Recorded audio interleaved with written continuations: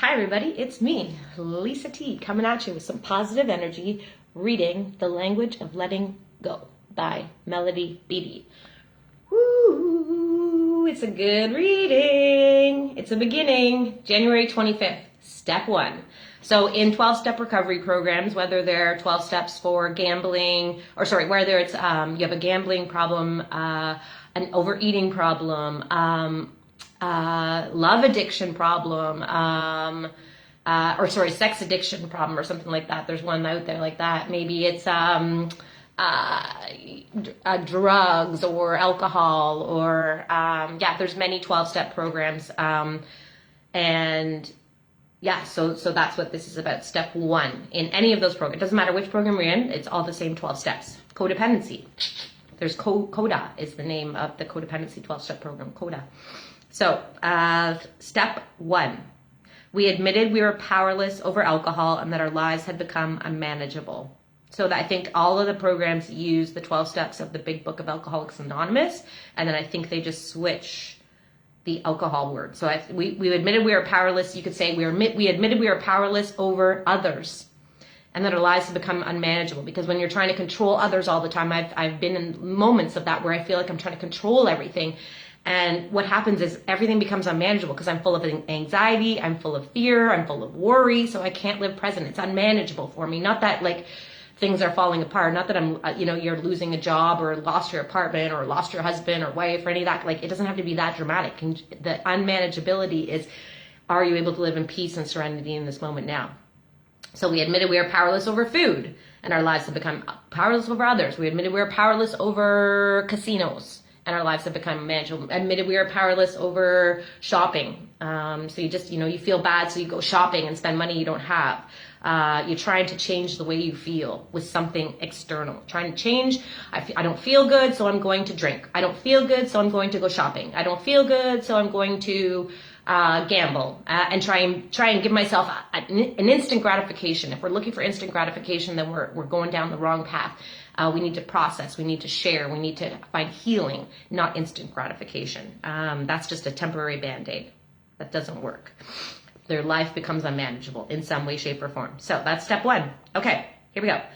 There are many different versions of the first step for recovering codependence.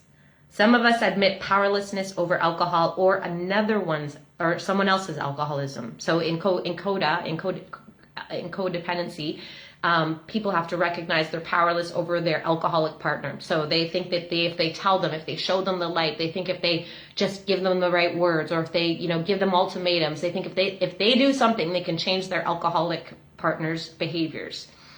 It doesn't work. People have to want it for themselves. The only thing that will actually create change is when you are like basically internally on your knees, and when you've said, I will not live like this for another month, another week, another day, another second, another moment of my life. I will not live like this. When you're at that point, that's when change will come. So there are many different versions of the first step for recovering a codependence. Some of us admit powerless over alcohol or another's alcoholism. Some of us admit powerlessness over people, like I just said. Some over the impact of growing up in an alcoholic family. So if you grew up in an alcoholic family, admitting you're powerless over all that. We think, especially children, will see, how is this my fault? Children have a mind that will say, their parents are divorcing, a child will figure out a way that it's their fault. Their mind will not stop until they see where they went wrong. It's not reality, but that's how the mind will work. So if you had an alcoholic family and you're still in victimization today about how if they would have been different, then your life would be different right now. Like that, you were powerless over that. You were powerless over that. You have to trust higher powers. You're powerless, so you got to trust higher powers. Woo! One of the most significant words in the first step is the word we.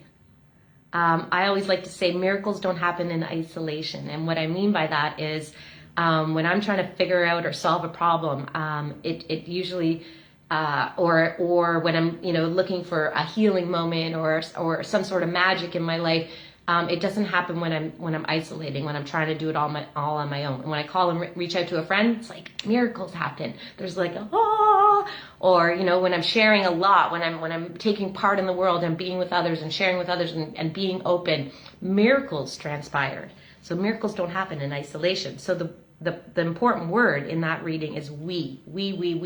This isn't an alone journey. One of the most significant words on the first step is the word we. We come together because of common problem. And in the coming together, we find a common solution. Two minds are better than one, right? Yeah.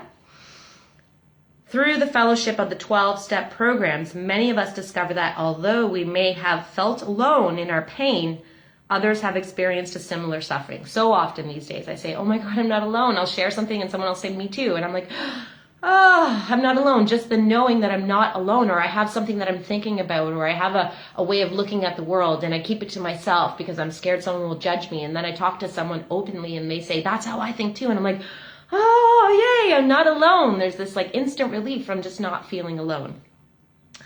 So many of us discover that although we may have felt alone in our pain, others have experienced a similar suffering. So although we felt alone, we were not alone. And now many are joining hands in similar recovery. We, a significant part of recovery, a shared experience, a shared strength, stronger for the sharing. One pole is going to hold, two poles are going to hold up a ceiling better than one, right? A shared hope for better lives and relationships. That's all. That's this whole reading today, is just recognizing we. Don't do this alone. Don't be alone. Don't be alone in your thinking, in your pain, in your suffering, in your excitement. We all need witnesses in life. That's what I've come to this conclusion, that we all need a witness. We need a witness for our accomplishments. We need a witness for our pain. We can't live this life alone. So here's your prayer for today. Today, I will be grateful for the many people across the world who call themselves recovering codependents. Help me know that each time one of us takes a step forward, we pull the entire group forward. Oh, amen. That's so beautiful. I know especially in the last 5 years, the more like that I share so openly about my story and my journey, then I've learned to be grateful and learn to forgive. Like the previous reading, I've learned to forgive and have peace with all of my past, because I know that as I get better and as I have new revelations and new healing moments, I'm also able to help the next person. I get to pull them along too. So just like the prayer said, help me know that each time one of us takes a step forward, I know when I take a step forward that I also help to pull someone else forward too. Frickin' men, have a beautiful day, loving yourself. Thanks for watching.